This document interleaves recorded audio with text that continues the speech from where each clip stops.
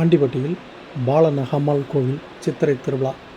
200க்கும் மேற்பட்ட பெண்கள் முளைப்பாரி எடுத்து ஊர்வலமாக வந்து கோவில் வளாகத்தில் கும்மி பாடல் பாடி, கும்மி அடித்து தப்பாட்டமாடி மகிழ்ச்சி.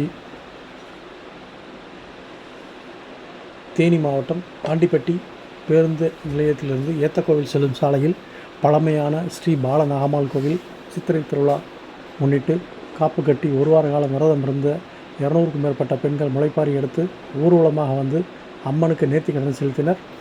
முன்னதாக ஸ்ரீ பாலநாகம்மாள் கோவில் வளாகத்தில் பொங்கல் வைத்து வழிபட்டு முளைப்பாரியை நடுவில் வைத்து சுற்றி கும்மி பாடல்கள் பாடி, கும்மி அடித்தும் தப்பாட்டம், சினிமா பாடல்கள் குத்தாட்டம் போட்டும் பெண்கள் மகிழ்ந்தனர்.